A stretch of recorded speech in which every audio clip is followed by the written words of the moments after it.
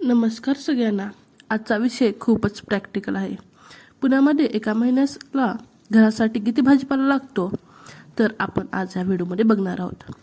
तर कुठल्या कुठल्या भाज्या आणि आपण महिन्याभरात घेतो आणि सगळ्यात महत्त्वाचे म्हणजे महिन्याला भाजीपाला खरेदी करण्यासाठी किती रुपये लागतात तर मी तुम्हाला या व्हिडिओमध्ये सांगणार आहे.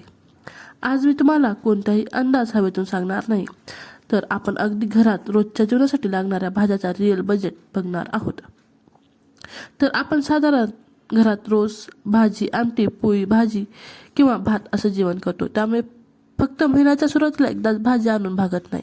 काही भाज्या आठवड्याला घ्याव्या लागतात, काही भाज्या 2-3 दिवसांनी घ्याव्या लागतात आणि कांदा, बटाटा, टोमॅटो तर जवळपास आपण कायम घरात लागतात.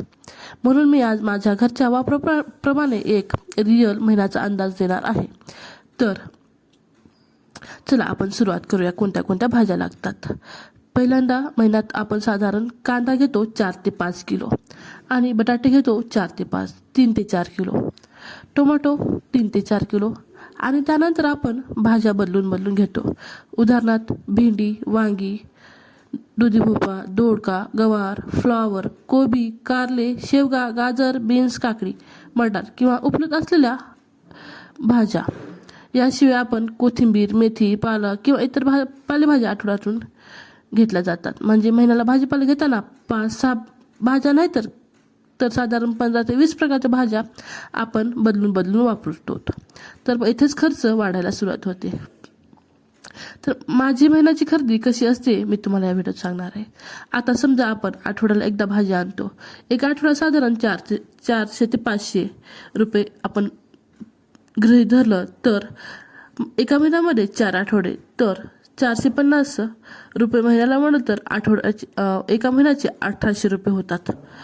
पण महिन्यात एखादा आठवडा जास्त भाजी लागली, पाहुणे आले किंवा एखादी महाग भाजी घेतली तर खर्च वाढतो. म्हणून साधारण 1800 ते 2200 असा फळभाजीचा खर्च धरू शकतो.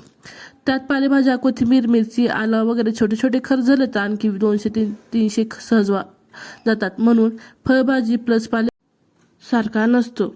जर घरात 2 लोक असतील तर 1500 ते 2000 मध्ये भाजीपाला मॅनेज होऊ शकतो. पण 3-4 लोक असतील, मुलं असतील किंवा रोज भरपूर भाजी लागत असेल तर तो खर्च 2500 ते 3500 किंवा त्यापेक्षा जास्त जाऊ शकतो.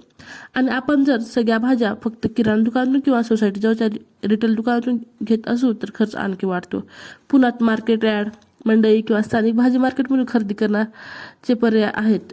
गुलटेकडी मार्केट यार्ड, पुणे मंडई मार्केट यासारख्या मार्केटमध्ये भाज्या थोड्याशा स्वस्त पण भेटतात. तर अशा प्रकारे मी ह्या व्हिडिओमध्ये भाजीपाला खर्च सांगितला आहे. तर तुम्हाला हा व्हिडिओ आवडला असेल तर व्हिडिओला लाईक करा, शेअर करा आणि सबस्क्राईब करा.